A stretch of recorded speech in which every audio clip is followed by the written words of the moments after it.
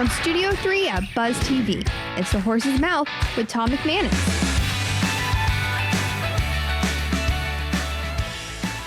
All right, welcome into another edition of The Horse's Mouth here on Buzz TV, brought to you by our good friends at the Heritage Capital Group. We're here, Tommy Max, of course, at the bar. Listen, I love talking about business and community and military and all that, but I really love talking about football. And we're going to do that right now with a former teammate, good friend of mine.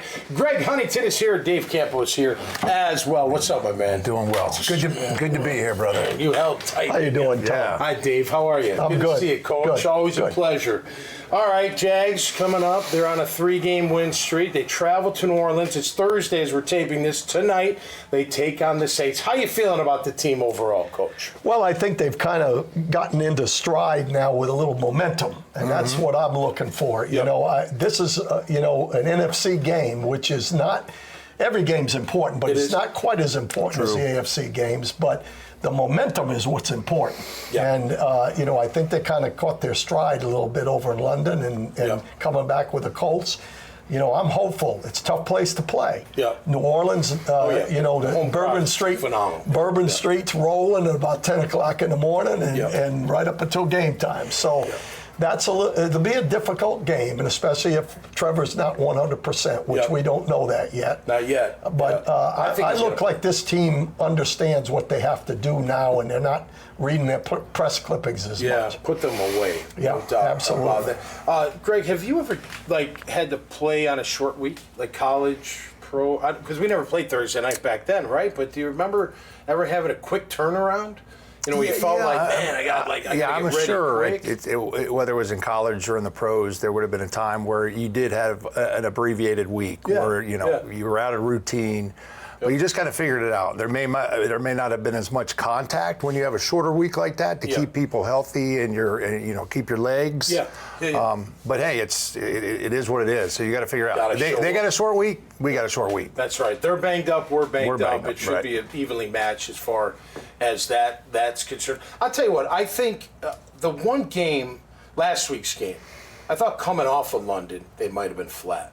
Maybe that first drive, they were a little flat on defense, but they shut that down quick and turned up the heat.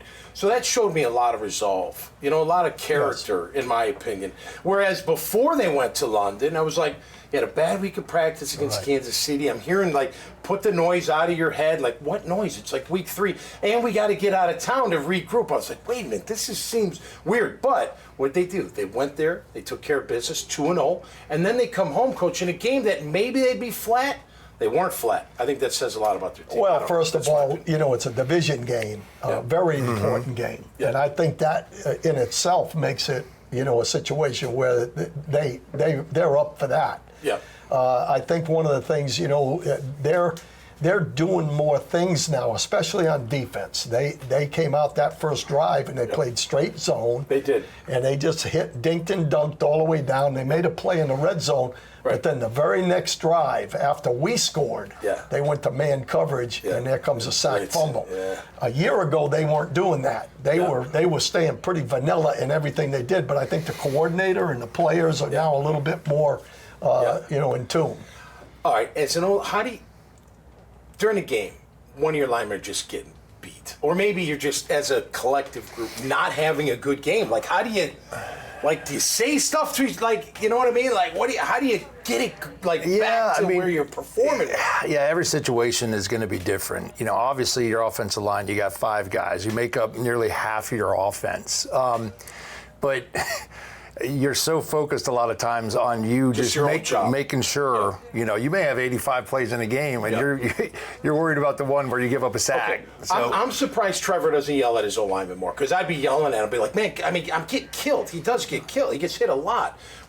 Would you I don't know that. I just don't know that that's his personality. I don't think he's a Tom Brady. Okay, but does that bother you if your quarterback's like, man, can you block for crying out loud? No, I think somebody needs to get up in somebody's ass, for lack of a better phrase, and I like a little piss and vinegar. I like that. I like a little piss and vinegar. Yeah. But in terms of offensive line, and line can hold each other accountable, and usually that's going to come from the guy that's the veteran in the group, whether it's a Brendan Scherf, to say, hey guys, we got to do better here. I mean, like I said, you make Cam should be that guy, I would think. You would think. Yeah. You would think. He's a little rusty, but he'll get it together, I think. I like his attitude. I mean, he's got the fire, and you can't always teach that, right? You guys are big, you're massive. All you have to do sometimes is just get in the way of people. But the best linemen are the ones that want to hurt you, put you into the ground and finish and all that. I mean, you're smart. We're both. Yeah. Oh, yes, we love those people, right? But you do. Listen, that's how you play that position. The offensive line is unique because not only do they have to be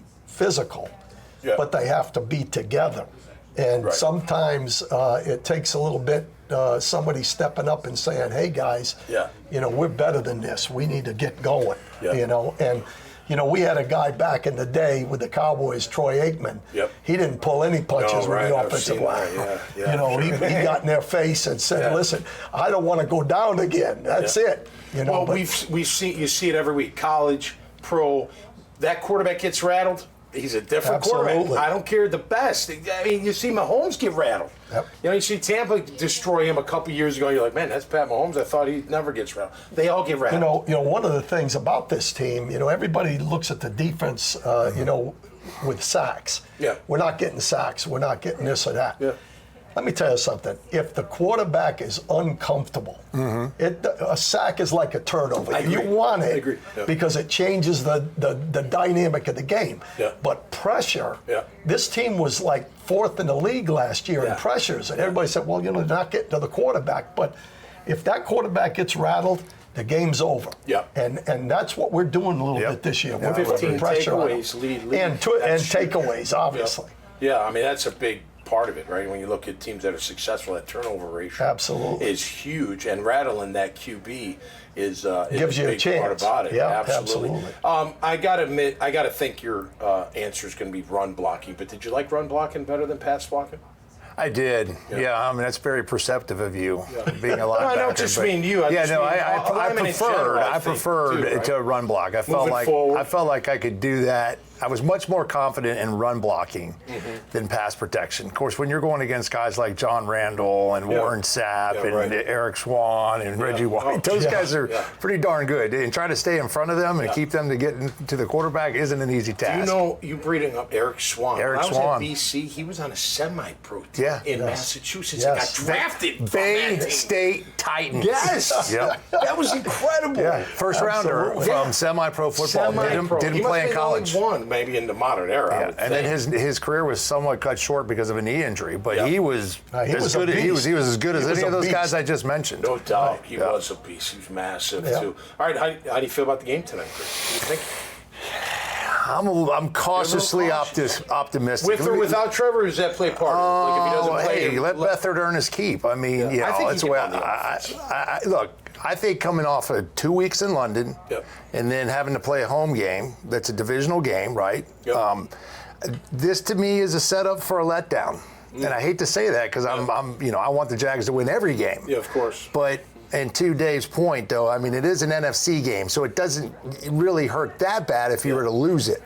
But if it means resting Trevor for more success as the season goes on, I'm fine with letting Beathard or even that young kid, the Canadian football kid. I know. Maybe on a street ball, I take him up. I don't know about running my offense. I think Beathard can run the offense just fine, Coach. You got an experienced guy that obviously hasn't had great success starting in his career, but he knows the offense. You don't have to necessarily do a lot of changing between, and it's time for everybody to step up. I'm going to tell you right now, when you look at the New Orleans Saints, they're going to have to run the football because their secondary is very opportunistic. They got 8 interceptions, which you'd say, well, that's not great, but it's 8 different guys have one.